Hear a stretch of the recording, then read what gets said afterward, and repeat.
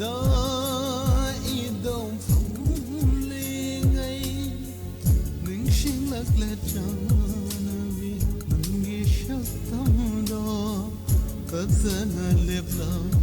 để biết mang chi đó tana mang la tay vang la ai phong khang dare chiếc bờ đó ít đông phong lên ấy mình xin lạc lệ cho nabi nang ghi cho tâm đó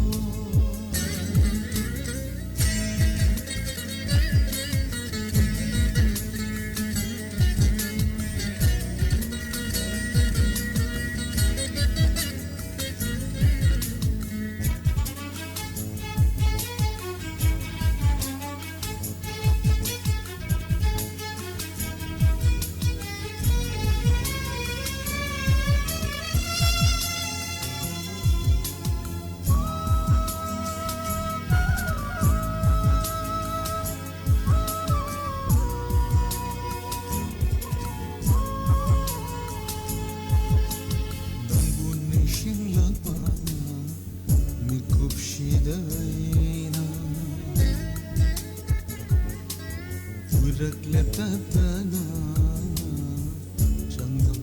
leitana Nangbunik singakpa Mikup shidayna Urak letatana Chandam ningan leitana Nigtibi shaktam do Chanamina Rakhi matam amara ukhiba Nongalag pagkarogi masekna yebada Thot na nona Ningthirabi khacharabi Mai thoga Nangi mai thoga Chikpada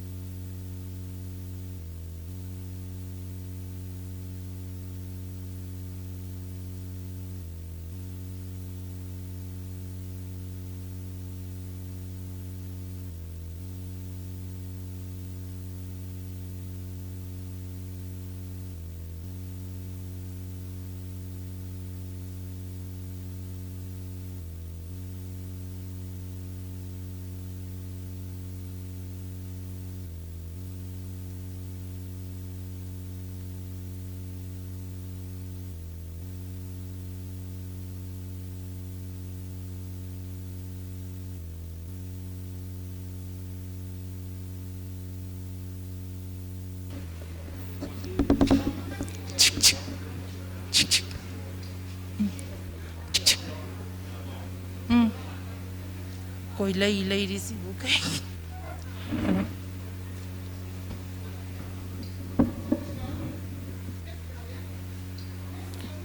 Koi jala sira sa.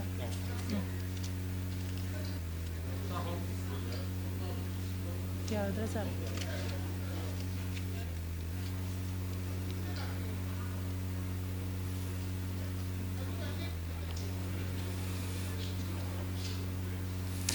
Lingsin biriba purnamu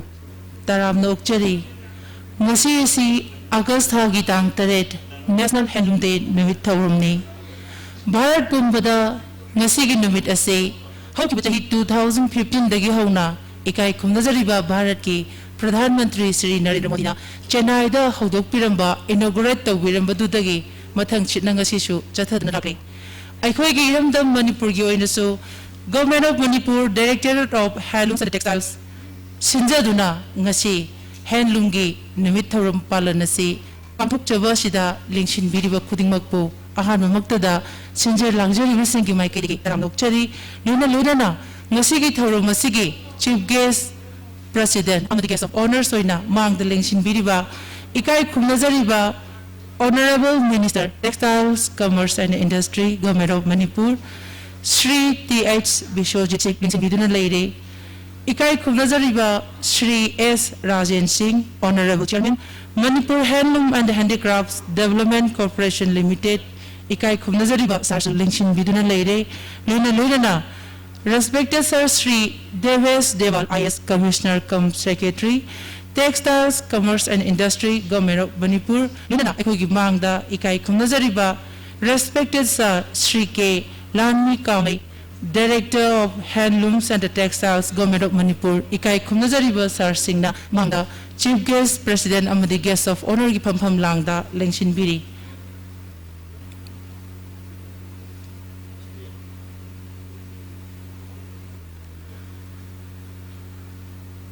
Tharamasi Haudok Chaboina, Lengshin Biriba, Chief Guest President Amadi Guest of Honor Gimapamda, Sinza Langjariba Singi, Makedegi. Taram no okchaboina laigi khudol amadi namgi khudol pibiranaba kachinjari lengsin biraksi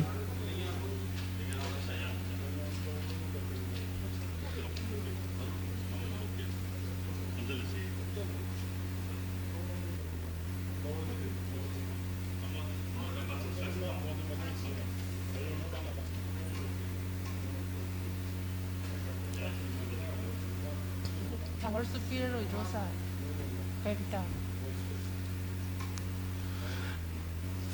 Tasing namag ngasi si nungairaba namit amasune adubo malingi oina khangawda na sandorakpa laina laichet coronavirus covid na manam poilaka ngasi ekoi na sinjariba thawramasima aduki matik tension na picture na sinjabni manglingsin biriba honorable sir gayaba matugina ngasi gi thawramasigi lengliba khaipunum magpu taram no okpagi warol pibina bagida magta may I request our respected Sir, Commissioner cum Secretary to give welcome address. So please, sir.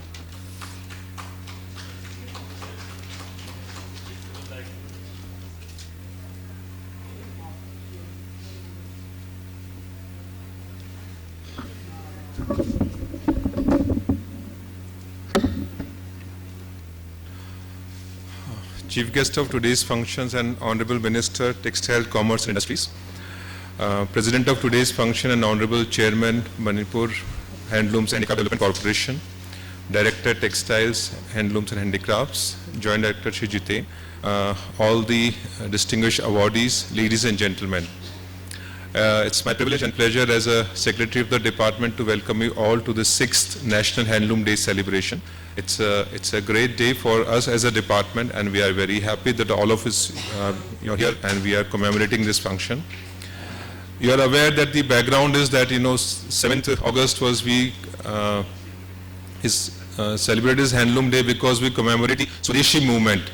This was the day when we give call against the British imperialist forces. But if you see, in a sense, again, Swadeshi that time had a different reason, but now, it's again in this environment, there's a renewed call for local. Now we talk, of vocal for local. You must have heard that, right? we call of Atmanirbhar Bharat Abhiyan. So because of this corona situation that has come, the lockdown that we are facing, not only in India, throughout the world, there is again a greater emphasis on, self-sufficiency. Because your normal supply chains have got disrupted, you can no longer rely on getting supplies from outside the country. You have to really, make sure that you are reliant on your own. So there is a greater focus on being self-reliant, self-dependent, and that is why I think that, when we commemorate this Handloom Day, it is all the more relevant because it is totally in sync with what we are planning today, that is to go Swadeshi and to go local. So I think that makes it all the more relevant. It's a pleasure to have all the awardees here. I think, I take great pride in saying that Manipur, though it's a small state, it's very, very rich when it comes to culture and, our traditions. And can I say that when, as a department, when we felicitate you, we feel like that we are honoring the culture and traditions of Manipur, and that's a great honor, So I think it's again a very happy occasion that all of you are here, and we look forward that we continue to do good progress, and Manipur is known not only in India, the world over, for its amazing diversity and richness of tradition. So it's upon us, you are the flag bearers, you are the embodiments of that tradition and that culture, and we really look forward that you will continue this tradition so that the richness that the state possesses is not lost over a period of time. We are able to sustain it and cultivate it.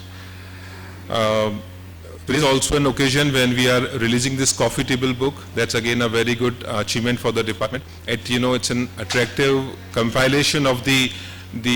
traditional dresses worn by the various communities of Manipur. It's a very nice handbook. Again, it's an idea is to make it present in a very, very nice way. Coffee table book is when you are sitting somewhere in a lounge or some office, you have this coffee table book, and you can just flip through the pages having your tea or coffee, and you can see, okay, this is what the state of Manipur is like. So I think I would like to say personal thank to the department, and they have come out with this book in collaboration with the Indian Express Group and Mutwa Museum. So many congratulations. We are also going to release a manual or guideline on export development. So that again is very, very relevant. We talk about of our cultural richness and diversity, but at the same time we have to understand that, for the weavers and artisans of the state, this is their livelihood. So unless you make it sustainable, unless they can survive, unless they get enough income, there is a distinct threat of this, your art and your craft getting lost. So how do we make sure that the people who are engaged in weaving and various kind of crafts, they do it as a gainful economic activity? So we have to find a good market for them. Ultimately, we are living in modern economy, right? So we have to make sure that the scale of production goes up. They do, all that is required to go for good design, good packaging, finding export markets, good transport. So this, the booklet that we are going to release today again is a good step in that direction. It was originally published by the Government of India, but also in English and Hindi language. Now what we are releasing today would be the Manipuri version of it. So I think again that will be very useful for all our weaver and the artisan community. So again, I think that's again a very good thing. Lastly, because we are meeting today in this, in this phase of lockdown, and we are all facing it for the last 4 or 5 months, you are aware. But I would like to say again that under the leadership of Honorable Minister, the department has done very well. In fact, if you see, when the lockdown was announced, the very first thing was, you have to wash your hands and you have to use face mask. Now before that, our understanding, at least I was thinking that face mask is used only by doctors and nurses when they go in operation theatre and ICU. Normally, we would not think of using face mask. But just as lockdown was announced, this was the first requirement, that everybody has to have a face mask. And that was a challenge thrown to the department of our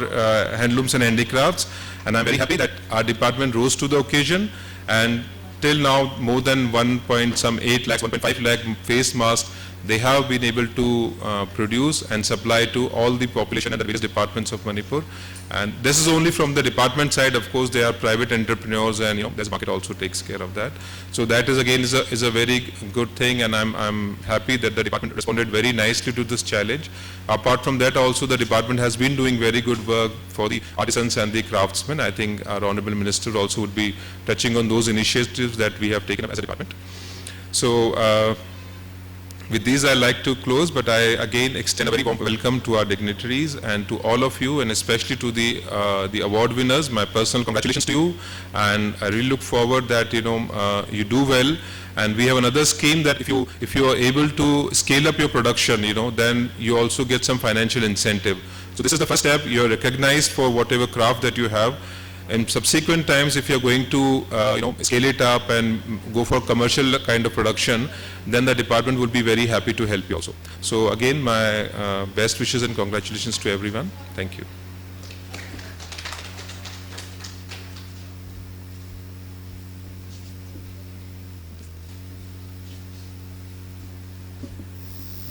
Thank you, sir. Makha tarak po na ngasi aikoigi lairik ani mayam da release tawina ba nolukchare ikai khumnajari ba ngasi ge chief guest ki mafamda handloom amadi handicraft ki coffee table book amaga exports of textile material haibasida guideline oigadaba lairik ani si mayam gi mafamda ngasi release tawina ba nolukchare.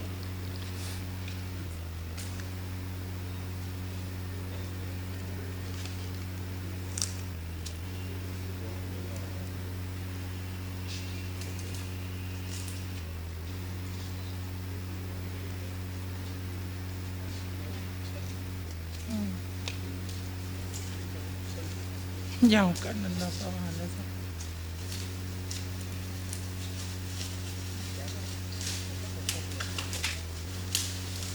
yara na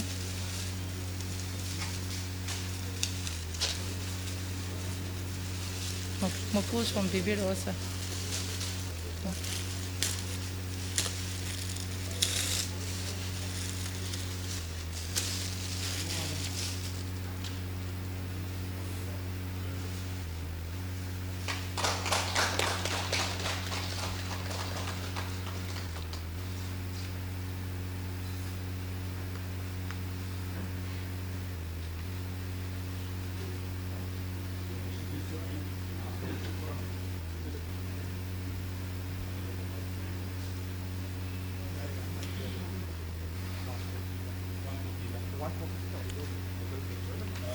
Ngasi si tasingamak aikoigi COVID-19 coronavirus ki laichat asil lakramdaba taragadi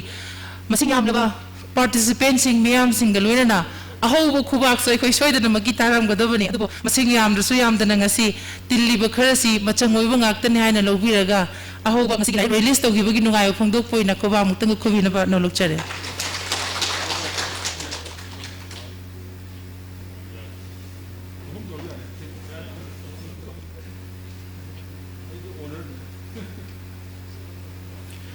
Book release tawrabagi tungda ngasigi mapungoi na sinjariba thaurumasida handloom amadi handicraft ki aikoigi state ki thakta thoido hendokna khudhaibi singda ikai khumnajaba order tawjaboina state award pijabani chahi kudingi haiba state award du yenthokjabagi tanja mayam punamuk longminase ahanbada handloom day ga mari leinana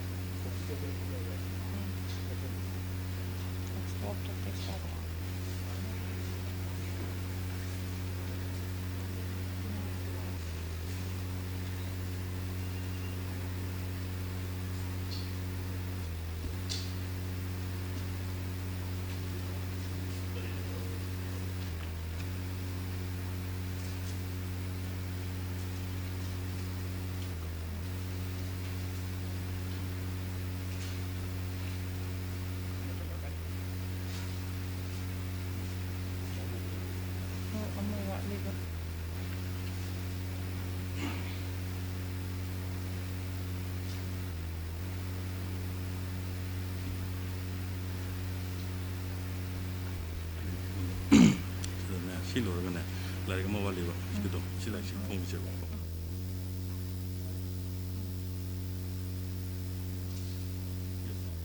I look like Mathangda akoigi exports of textile materials habasida guideline book amamo release ikai khomnazariba honorable ngasigi chukes president amadi guest of honor na release the winaba nolukchari.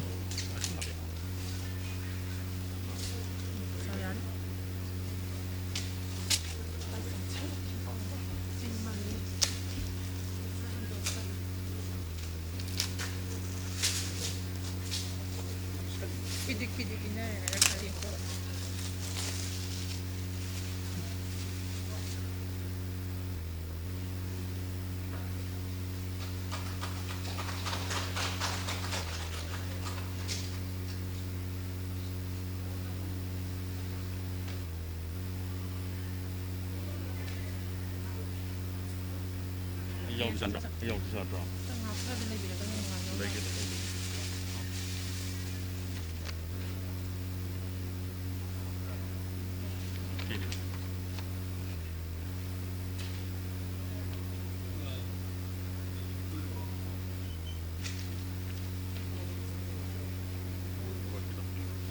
Jadi ayah soalnya kita buat kita, soalnya buat orang tu sih, helm itu tu, dari kau.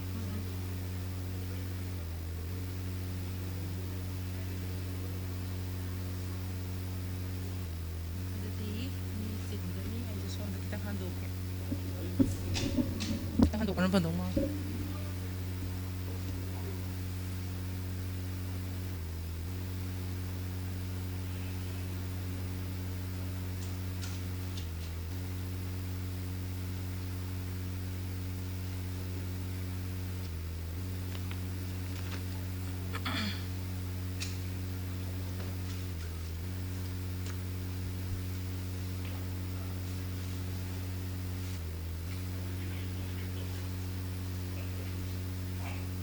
Sa adom na lahat. Yagadra.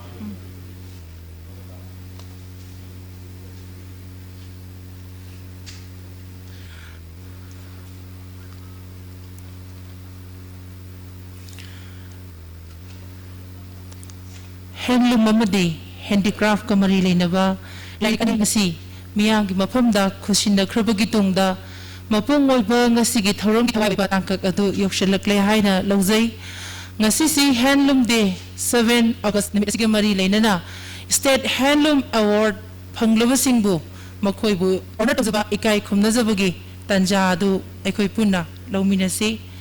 ngasi gi lection biba chief guest ikai khumna jaraba Honorable Minister, Textile, Commerce and Industry Government of Manipur, Sri T.H. Bishojit Singh na ngasige khogi Handloom State Award amadi Handicraft State Award asibu artisan singda awardee singda kusinabina bidamakta nolukjari akhoigi mafam ase khajiktang chinba maramna award logi gadaba changbirak pasingnasu khajiktang madugi khudong chadaba do punna mayok naminabana nolukchari ahan boina State Handloom Awardee Kaushinjage Kudrapam Tharonganbi Devi daughter of Laikhidraba K.H. Toiba Ningom Thongjau Mahaki Award Phangadaba Sina Inafidani Life Satupamayak Award Asida Cash Prize Oina Lupa Laka Mayauri Lengsin Beti Kudrapam Tharonganbi Devi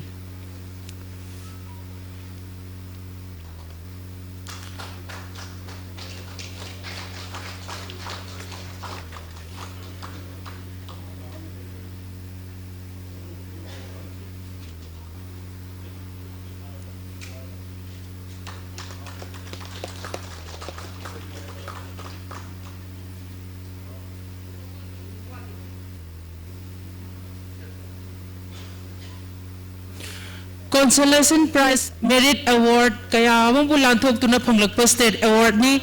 tinbiri bas na ako kubak khubi duna punging thogot pinaba nolukchare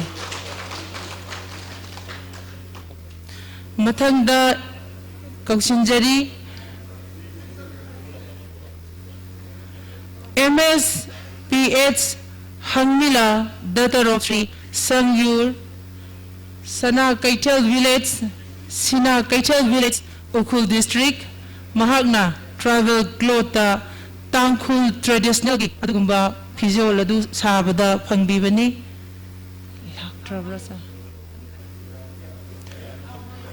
मसा योरक्ट्री हाइना लौजरगा खजिक्तंग तपथजरगा मखताबा handloom awardee सिमु कौशन जगे Pukhrambam Ibrahim Devi wife of P Tomba Singh लंगथबान मंत्री खोंग मयाई लेकाई महांगना बेडशीट फंगबीबनी अवार्ड असि बेडशीट साबदा मोनपा फिदक साबदा मयकना अताव वि डिजाइन लेंसिन बिरक्सी पुखरमबम इब्राहिम देवी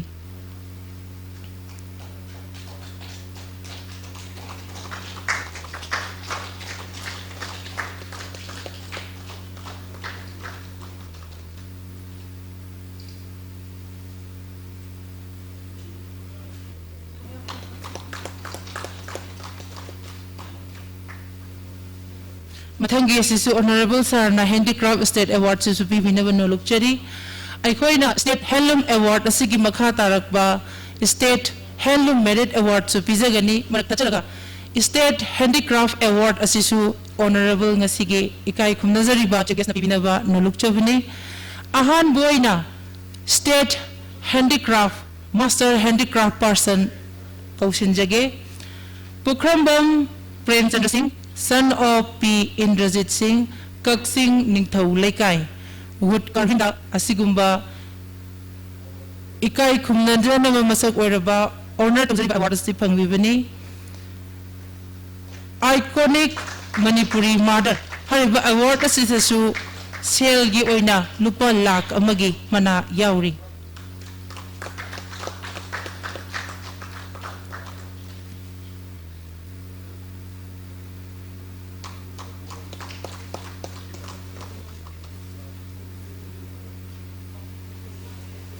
मथंगदा अमुक कौशन जगे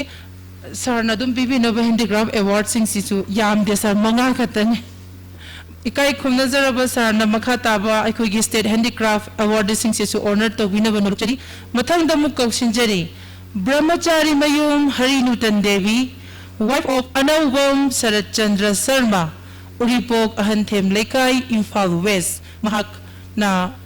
खोंजोम लागे अदुगुंबा सप्त मूर्ति अदुबु पेपर मिची मतेंगना लौदुना साबा दुगुंबा लाइमा the हाइरवे award C फंगिबनी tension बिरक्सी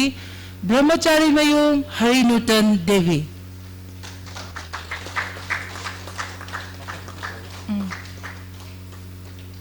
Maisnam संगवानवी Devi मतंगदा Maisnam संगवानवी Devi daughter of Laikhidraba Maisnam Tombi Singh, Wangkai Ayangpali, Imphal East, artistic textile da Samjin Mayek Savada, Hairiba Awasi Pangbani, Lengsin Vilaksi, Maisnam Sangbanavi Devi.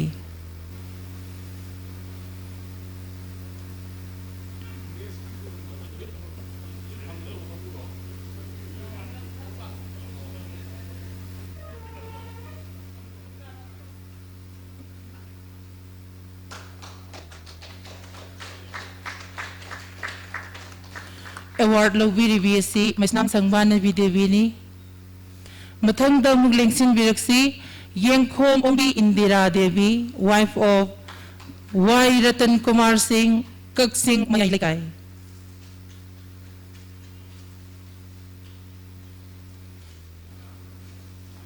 Lingsin Biraksi, Yengkhom Ombi Indira Devi, wife of Y. Ratan Kumar Singh, Kaksing Mayalikai, hand embroidery. Thoibina loi kaba adugumba saktam adubu khudna loan bada phangba awardni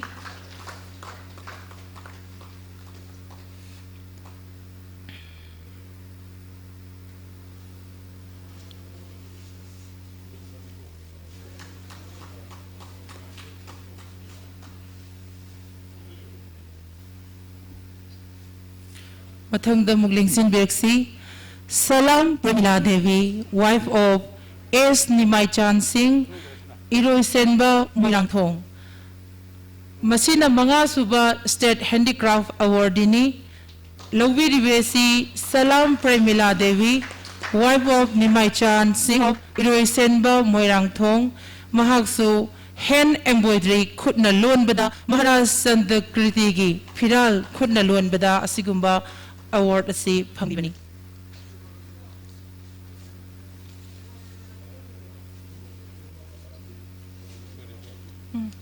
Sarbu Thagachari Makha Tarak Paikhoigi State ki Handloom Merit Amadi State ki Handicraft Merit Award asi ikai kumnazriba Mang the Lingsin Biriba Honorable Chairman Manipur Handloom and Handicraft Development Corporation Limited Shri S. Rajan Singh na Kushin Nabinabagidamakta Nolukchari Ahan Boina State Handloom Merit Award Singh Kaushin Jage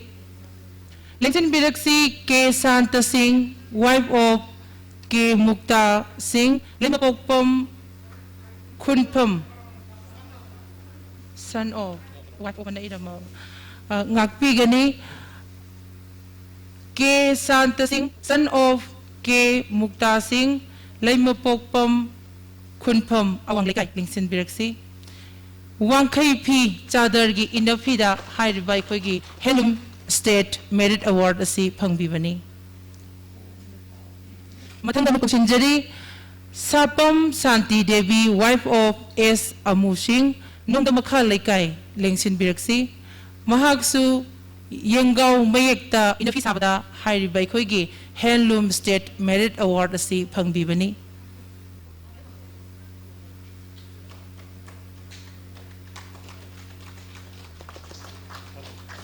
Matang the Lengsin Biraksi, S. Chongboy Haukib, daughter of late Santhang Haukib Mahakna Saipi Kup Haiba Mayek asi tribal clothes da Haktu Nasaba Pida hired by Koigi State Handloom Merit Award asi Pangbivani Makha Tarakpa State Handicraft Merit Award Yam Yam Krek Sar Honorable na Kaziktang Tanghaimuk Pibiram Naba Nolukchari Ikai Kunazariba Sar Naikogi State Handicraft Merit Award ki Ahan Boina Koksinjariba awardee si Karibam Joychandra Singh, son of L. K.H. Kula Singh, Laimaram Mayai Lekai. Yen Park Yen Krung Hairiba Aikogi Thai Nangai Digile Lava Posakadu Kenan Pembuki Manuchana Savada Sigumba Merit Award si Pangbivani Mathang Damu Kokshinjari Konsam Rome Singh son of K. Pisak Singh Awang Jiri Maning Kangla Gate Una Savada Pangbivani State Handicraft Merit Award Selgoina Lupa Lising Yankhaigi Mana Yauri Mathang Damu Kokshinjari Abuzam Arun Kumar Maitai son of A. Inaucha Maitai Pangantawi Mayai Laikai Kenan the Bambugi Manung Chana Shoidu Hairibang Nahanaba we Posakado Sabada Pangbivani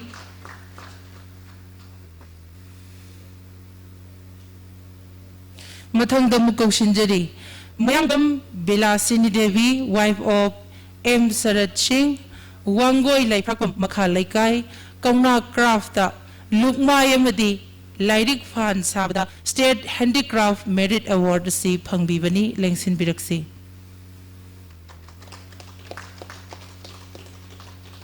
Mathang Damu Kaushinjari, Amaksam Premila Devi, wife of A. Surendro, Uchekon Ifal East, Inapi, Lamthang Kudhat Hariba, Inapi Sabda Pangbivani, Mathang Damu Lengsin Biraksi, Huirong Bom Lintuingam Bichanu, daughter of Laikidraba H. Ibohol Singh, Kawan Namairakpam Laikai, Dole in the Toys Gimanung Channa, life size doll the Jatra Pubi Sabada, Sigumba State Handicraft Merit Award si Pangbivani, Mathang Damu Lengsin Biraksi, Yengkom Shyam Chandra Singh, son of late Y. Mangi Singh, Kaksing Pazi Laikai. Mathang Damu Kaushinjari, Sri Mayum Ganga Devi, wife of Guru Mayum Roman Singh, Kurai Thongam Laikai, Kokun's Crafta, फंगबीबनी मथंगदा मुक कौशिनजरी ngangbam tampak laima devi wife of thongam bizen singh kawa lambaibung lerak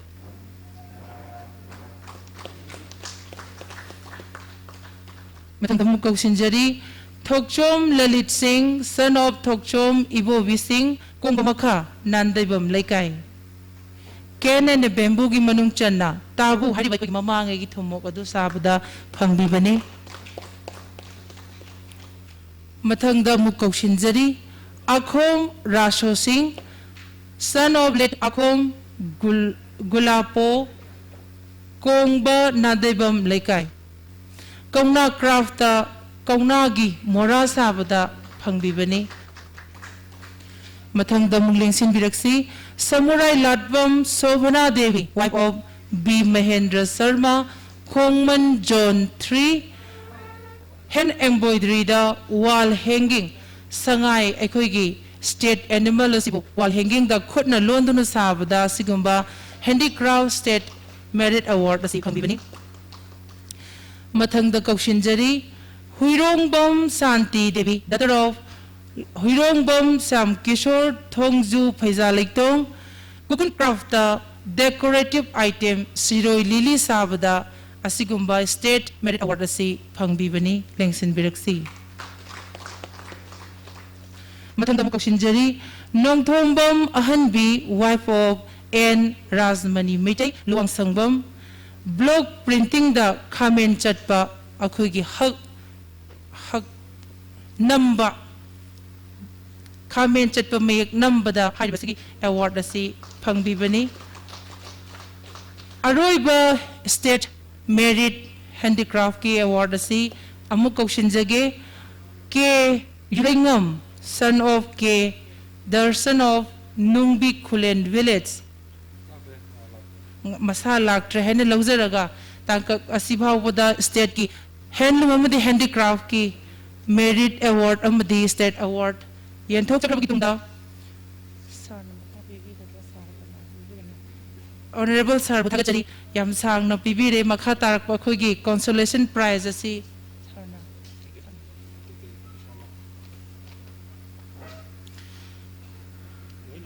award pagai merit award consolation dang ai sa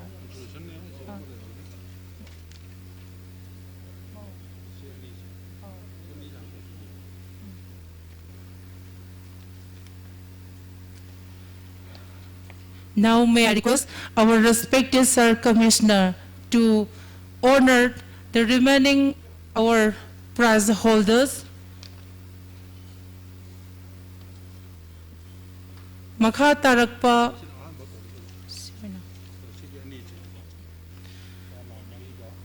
Artisan Weaver Scheme for Awardee 2019-20 gi anika khangat chabasi hana ekhoi kaushinjage Khaidem Nongalai Devi Telo Mayai Lekai Helungi State Awardee ni Lengsin Biraksi. Oh, paisa 44,000. 4 lakhs lo sa. Pizari ba ikhoigi sale gi ikai khumna sa ba masi lupa lakh mariga lising nipuni 4,40,000 case in the Pizabani Mathang Damuk Sinjari Guizing Liu Karongam Tamenglong District Tagi Handlungi State Awardini Mahak Supunna 4,40,000 case award si Kusinazari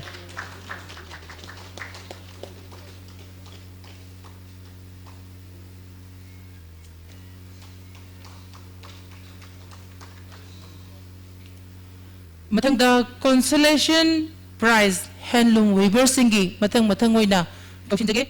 ahan bada N Thoibi Devi daughter of N Chandra Singh tinungai makha lekai bed sit sabada atawi bed sit ki lengsin biraksi mathang the pizza gi dawriba sing asina consolation prize handloom weaver singi matani lengsin biraksi N Thoibi Devi Mathang the same Savinava K Medha Devi daughter of K Sanathoi Singh waheng kuman maning laikai inapi khoi charong saba adugumba inapi gi mayek asida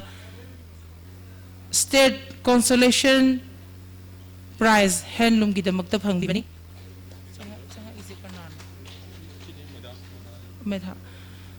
mathang da mukok sinjari Gonthon Liu, wife of Kakulan Kamei Lungmai 4. None district kini Lengsin Biraksi.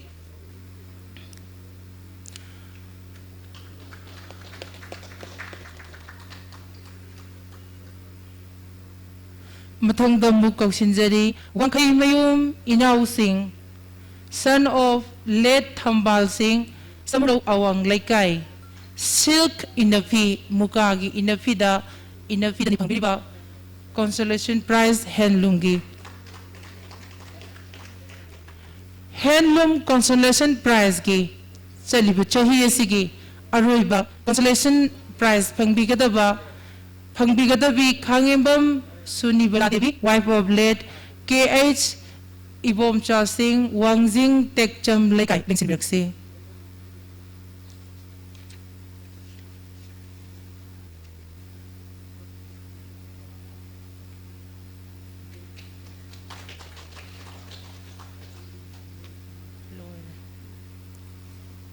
Thank you, sir. Thank you so much. Ngasigi, handloom amadi handicraft ki state handicraft amadi handloom award, merit award amadi consolation prize phangbi khraba khwai punamakpu amuka hanna nungaiba phangdokchari. Congratulations to all. Makha tarak pangasi khoi thauramda guest of honor gi warol pibi nabagi damakta lengsin biriba ikai khomnajariba honorable chairman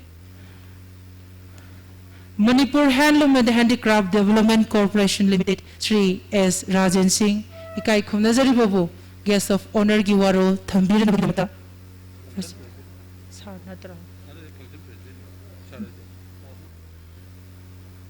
Thauram Mapu Giwaro, Pibi Nabagi Damakta Nolok Chari, Lengchen Biraksi.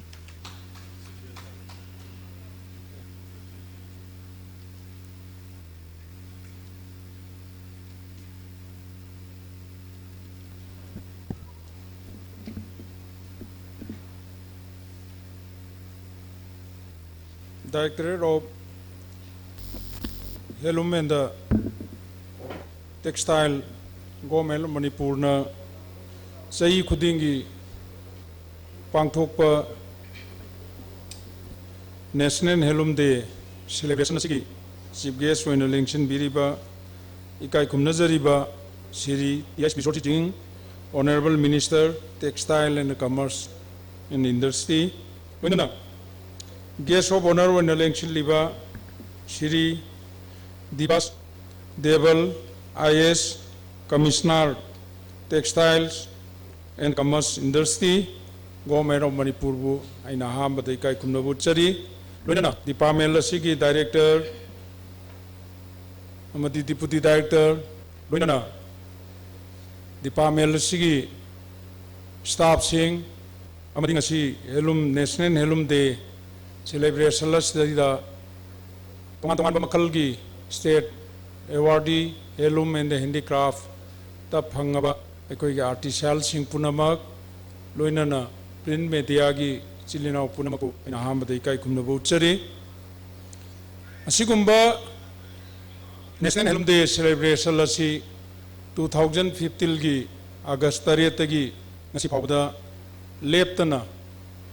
Bharat Pumbagi oina ikoi chatragi sigumba National Handloom Day asi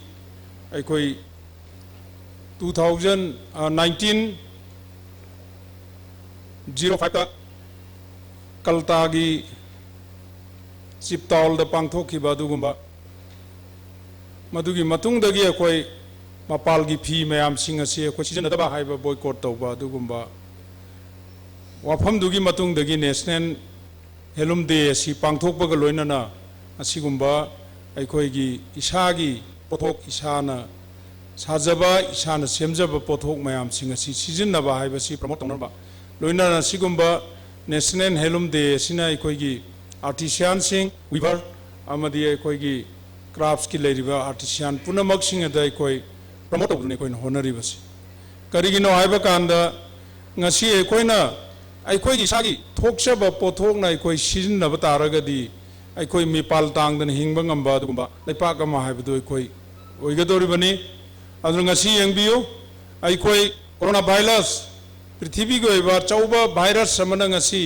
पृथ्वी दा लंदार को मतम अखोई मियोइबा असिना ngasi di state खुदिंग मक्ता lockdown थंबा लोइना मणिपुर दसु हुजिक टोटल लॉकडाउन थमदना अखोई अवाबा था खरा खक्तंग नुमित खरा खक्तंग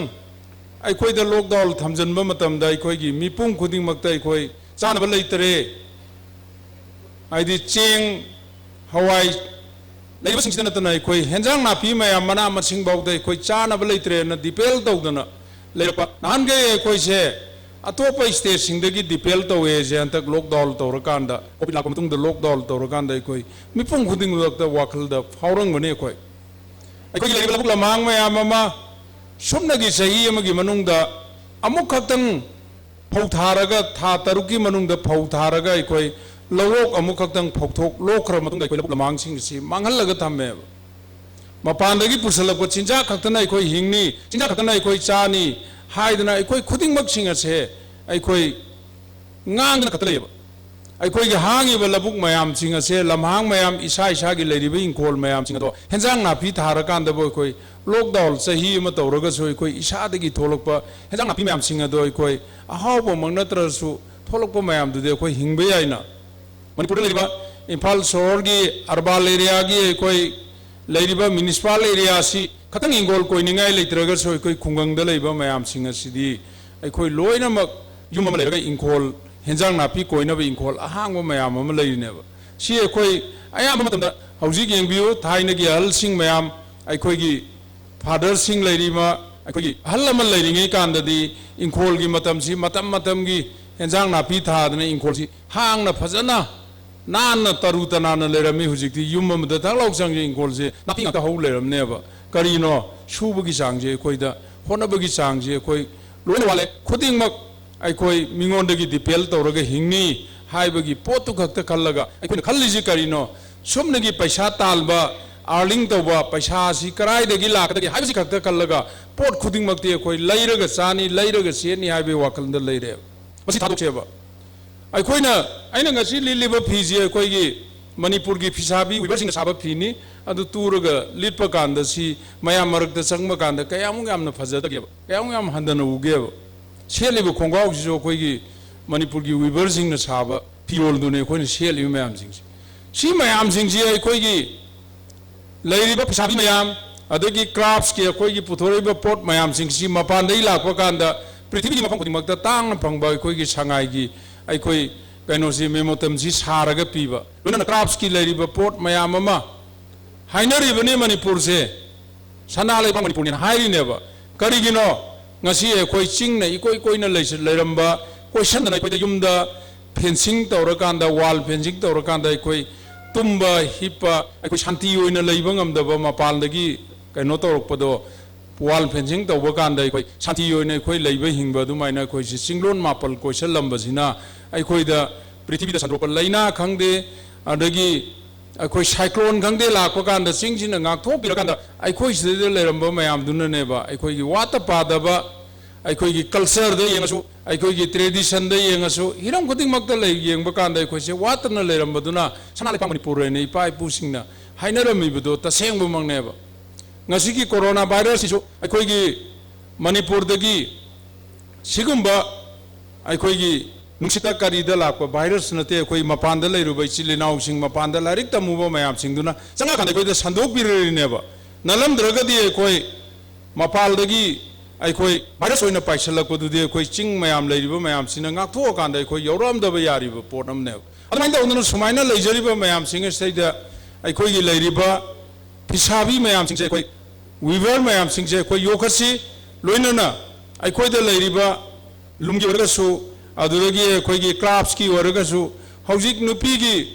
mayam ma machine na ta ba khutna lon ba da phane ma pa nai ba loli ba kholi mayam si mapal gi Mising लोन बद ngamdriba ngakne ba khoi gi phane mapan nai ba sing se mapal da puhra kan da di thong da padar na decoration loina thamami ne ba moi mapal da gi lakwa nan manipuri sing sida ikoi na moi se gi leira puhra kan da ikoi na da chat pa kan da ikoi gi mro pang chat pa kan da decoration loina khoi phane mapan nai ba si moi thamam me maram dis sigumba khutsa gi pot mayam am phajaba leiba mayam sing se khoi na sem da ba gi khoi na hona da ba gi production puthok ngam da ba gi khoi puthok da ba gi khoi taw bune adubu aikoi chahi kharagi manungda aikoi BJP government lakpa aikoi gi honorable minister Sri Bisorjina commerce and industry pa aikoi government la sigi anoba lakpa da gi aikoi achievement loina helome ne craft se aikoi promote to se aikoi mama government da gi hantang na aikoi khara hena aikoi tawba hele haidna yakti hainingi aduna chigum mayam singers tai in paijari ba cooperation sina so aikoi gi weaver singa aikoi gi artisan laiba mayam singda aikoi wadana bagi damakta aikoi tongan ba 2017 dagi hauraga aikoi yaral dipo mafam da tawraga aikoi distribution tawba loinana pisabi singi market and mayam singa da aikoi na market aikoi cooperation na laura kanda aikoi mapalda chumnagi aikoi kalkata adagi delhi da panthoibi helum lairambadu kakta ngasidi aikoi agartala hangthokpa ngamgre loinana haugi bagi Shanghai festival 2019 gi Shanghai festival da लाखिबदगी अखोई बांग्लादेश की ma'am दसो अखोई लाकांदा बांग्लादेश दा अखोई सिगुंबा पांथोइबिगी अखोई हांगथोख्रेब हांगथोबदा नतना अखोईगी instructor अनी थारगा मफमदुदा अखोई लेबा बांग्लादेश की मैतै सिंगदा अखोई फी साबा फी लोनबा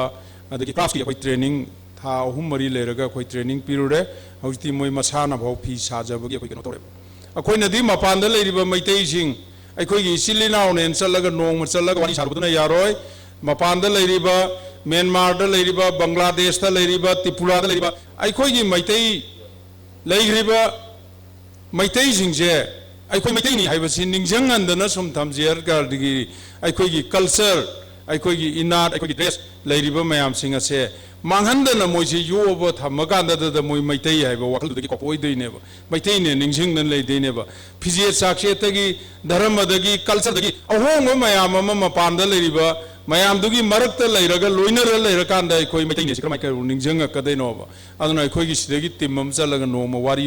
लीरुबदुना यारोय अखोइगी कल्चरदगी मोइसे लापथोक्तनबा होनबा अखोइगी लेरिबा ट्रेडिशनल ड्रेस मैम दगी अखोइ लापथोक्तना थमनबा होनबा से अखोइ याम दरकार होय अदुना ngasi अखोइ यालदि पोम मफम दा हांगबा ngasi याम सक्सेसफुल लोइना अखोइ लेरि लोइनना अखोइ लेरिबा फिसाबी सिंगदा अखोइ लंग थादबा लोइनना मोइना साबा फिदो अखोइना लौकलगा अखोइ मोइदा मार्केट मुक मोइना मार्केट थीबगी दरकार ओहिंदबा अखोइ कोऑपरेशन ngasi दि अखोइ तौरगा अखोइ सथदना लाइबनी अदुना सिगुंबा मयाम तौबा मयाम सिंगसे दा अखोइगी वीवर सिंगसे अखोइ हंदकदा नेशनल स्टेट अवार्ड मैम फंगे नेशनल अवार्ड सो अखोइ पीरा कनी चाही खुदिंगी नेशनल अवार्ड जावबने हंदकती नेशनल अवार्ड येंथोक्ते मथंगी कैनोदगा अखोइ मिनिटेक्सदगा येंदौरिरा कैनो अदुदि खंगद्रे अदुना अखोइ सुगुंबा लेइबा मैम सिंगसे स्टेट अवार्ड लौरिबा कांगबु सिंगना हंजन हंजन लौबै मोता अखोइ लेरिबा अखोइ फिसाबी मैम सिंगसे मोइना हंदक लौरनि अन मथंगे अखोइ लौगे हाइबगी तोंगान तोंगानबा अखोइगी मयेक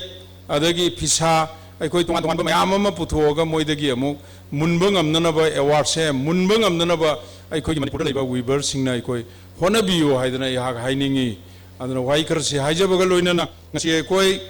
अखोइ मिपाल तांगदना हिंगबा लमदम अमा ओइननबगी दमक चानबा चिंजाकता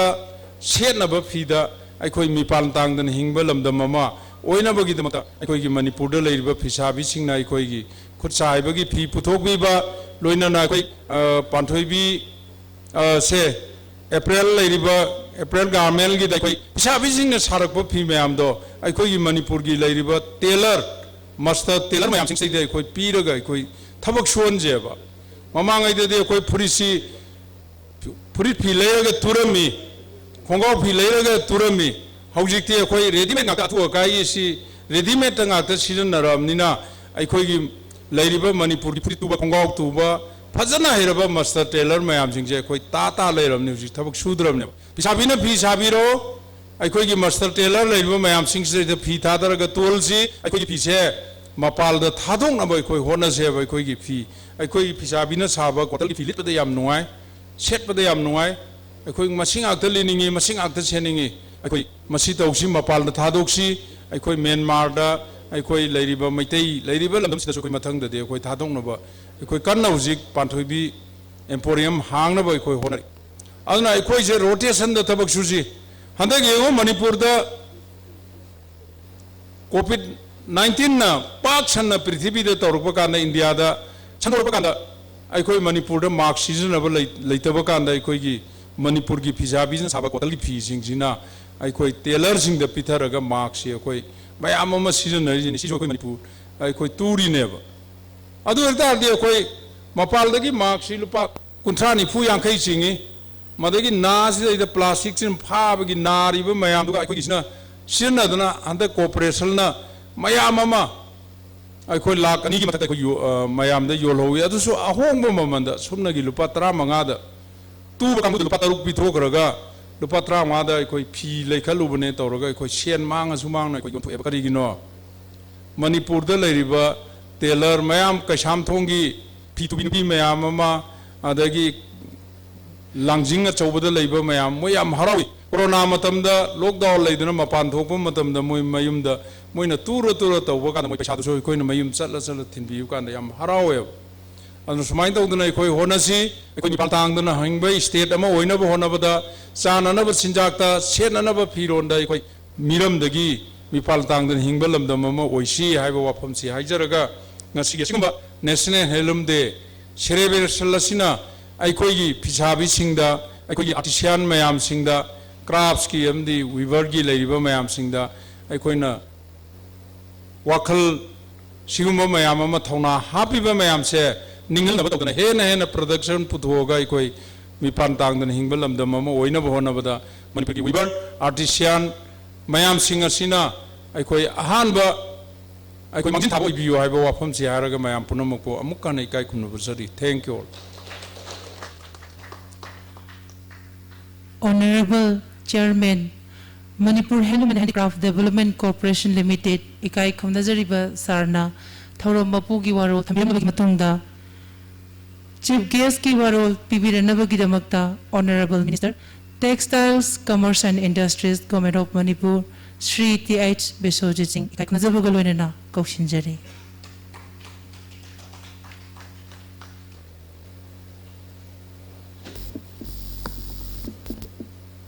मकरपुनपु खोरमजरी अदुगा ngasi yamna nungairaba aduga bharat macha ama dagu manipuri ama oina hena chu nungainingai oiba maram ngasi sie khoigi leriba bharat pumbada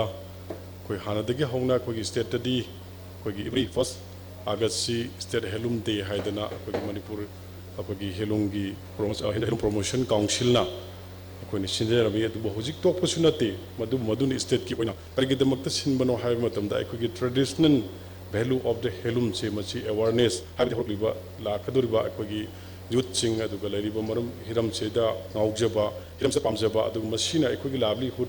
activities की पार्ट अमा ओइरिबा पोसे मसी प्रमोट तौनबगिदमता इनहेरिट तौनबगिदमक्ता अखोइना सिनजेबा अखोई प्रोग्राम स्टेट अखोगी हेलूम दे हाद पांगचमने अदुगा ngasi ma अखोगी 7 August the curriculum of Pantolino, the Matua Makata Jerke, the Sigia Sumba, who Helum Degi, function assist the Lincoln Biriba, the Manipur Helum and Handicraft Corporation, Development Corporation, Chairman, Oviriba, Honorable Emissary S. Rajan Singh Wahamok, the Kaikum the Butchery, at the one issue with the Sigia Sumba, function gas of honor form land the Lincoln Biriba, Equigi, Hariva, Textile, Commerce Industries, Commissioner, Oinapu Biriba, Equigi. Deval IS Pusui Kaikun Butchery, Anishubada, Akogi Directorate, Asigi, how would they get Hona with many experience Atuga, Luenana, La Ibadu, Huzigna, Akogi Ladiba, Akadargi post, not Rakasu, Akogi, Gather the Gih and experience Laiba, Akogi Yamba, Nakamai, Director, Textile, Helomena Textile, Aduga Luena, Akogi, Director, Akogi Tamo, Jitel, Aduga. Helomena textile की official सिंग अदुगा लोना यामना नुआयरबा अदुगा अकोगी state सुबु हेना पोशाक ताकचबदा दुगा state सिगी economy हेन boom तौनब होनबदा अखोगी थवाई क्या अखोगी थबक थौसिल क्या जनरेट तौबिरिबा अखोगी ngasiना अखोगी स्टेट अवार्ड ओइना फंगिबा अखोगी अवार्डी पुनमक अदुगा इलेक्ट्रॉनिक एंड प्रिंट मीडिया की चिनिनाव लॉकडाउन लेरगसु ngasi सिगुंबा बाद में करने से देखो बाद को न तौरो हुजिक लारोय मीन वांगांगे द चाब यन बाहोन दे सोय लांगानी सी नेचुरल नि